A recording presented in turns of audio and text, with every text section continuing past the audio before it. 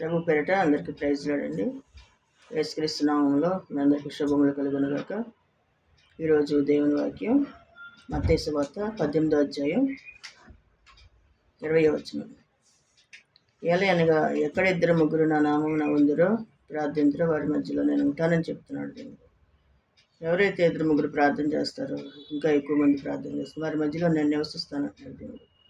కాబట్టి మనం ఆయనకి ప్రార్థన చేయాలి, మొరపెట్టాలి.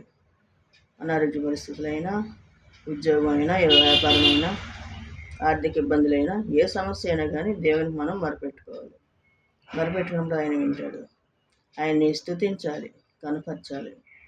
సూర్యోదయం మొదలుకొని సూర్యాస్తమయం వరకు ఆయన నామము స్తుతి నందదగినది.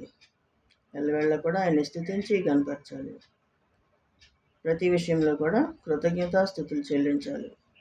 మన జీవితాల్లో మనం పుట్టినాటి నుంచి ఈనాటి వరకు ఎన్నో ఉపకారాలు మేలు చేస్తుంటే ఇప్పుడు కాపాడుతున్నాడు. ముందు కూడా మన తుది శ్వాస వరకు కూడా దేవుడు కాపాడుతూ ఉంటాడు. కాబట్టి మనం కూడా తుది శ్వాస వరకు ఆయన్ని స్తుతిస్తూ ఆరాధిస్తూ కనపరుస్తుండాలి.